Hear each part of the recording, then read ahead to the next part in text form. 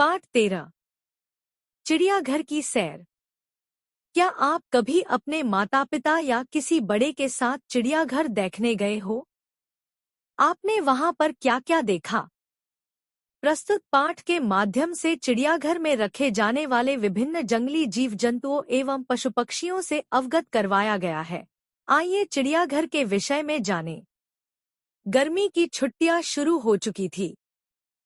वासु और प्रज्ञा अपनी नानी के घर गए। उनकी नानी दिल्ली में रहती हैं। नानी उन्हें देखकर बहुत खुश हुई। नानी रोज दोनों के साथ हंसती खेलती। उन्हें अच्छे अच्छे पकवान बनाकर खिलाती थी। एक दिन नानी ने वासु और प्रज्ञा को पशु पक्षियों की कहानी सुनाई। दोनों बच्चों को कहानी बहुत अच्छी लगी। प्रज्ञा ने नानी से कहा, नानी, पशु पक्षी तो जंगलों में रहते हैं न? मैंने कभी बाघ को नजदीक से नहीं देखा। सुनते ही नानी का ध्यान चिड़ियाघर की ओर गया। उन्होंने कहा, मेरी प्यारी बिटिया, कल मैं तुम्हें बाघ दिखा दूं तो? वासु बीच में ही बोल पड़ा, नानी, यह कैसे हो सकता है? नानी बोली, सब हो सकता है। कल मैं तुम्हें बाघ दिखाने ले चलूंगी। अगले दिन वासु और प्रज्ञा सुबह जल्दी उठ गए। नानी भी तैयार हो गई। बस लोग चिड़ियाघर देखने चल दिए। दिल्ली के चिड़ियाघर में तरह तरह के पशु पक्षी हैं। चिड़ियाघर देखने के लिए टिकट लेना पड़ता है।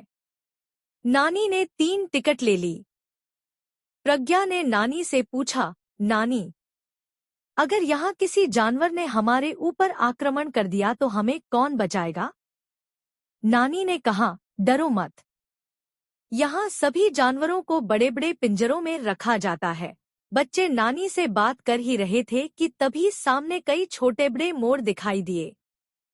कुछ मोर पंख फैलाकर नाच रहे थे। यह देखकर दोनों तालियां बजाने लगे। वे कुछ और आगे बढ़े। वहां एक पिंजरे में एक बड़ा सा भालू घूम रहा था। कुछ बच्चे उसे बाहर से चिढ़ा रहे थे।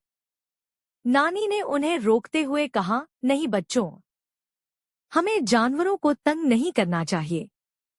बच्चे उनकी बात मानकर पीछे हट गए। रास्ते में दूसरी ओर एक तालाब था। उसमें रंग-बिरंगी मछलियां और सफेद बतख तैर रही थी। कछुए भी अपनी मस्त चाल में पानी के अंदर बाहर आ जा रहे थे। आगे कुछ बाड़ों में रंग-बिरंगे पक्षी थे। उन्हें देखकर वासु और प्रज्ञा दंग रह गए। उन्होंने वहां हिरन, बारहसिंगा और वनमानुष भी देखे। वनमानुष आदमी की तरह चल रहा था। दूर से उन्हें एक बहुत बड़ा पिंजरा दिखाई दिया। उसके चारों ओर बहुत से लोग खड़े थे। नानी ने कहा, यहाँ बाघ रहता है। बाघ बहुत तेज, फुर्तीला और बहुत शक्तिशाली जानवर होता है। इसलिए उसे मजबूत पिंजरे में रखा जाता है। बाघ को देखते ही प्रज्ञा और वासु ने नानी का हाथ कसकर पकड़ लिया। बाघ के बारे में और बताते हुए नानी बोली, बच्चों, बाघ भारत का राष्ट्रीय पशु है। देश में बाघों की संख्या कम होती जा रही है।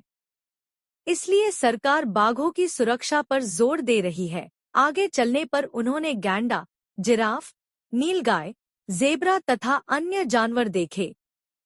जिराफ की गर्दन बहुत लंबी थी। चिड़ियाघर देखते देखते कब शाम हो गई, उन्हें पता ही न चला। लौटते समय नानी ने मुस्कुराकर कहा, बच्चों, अब तो तुमने बाघ देख लिया ना?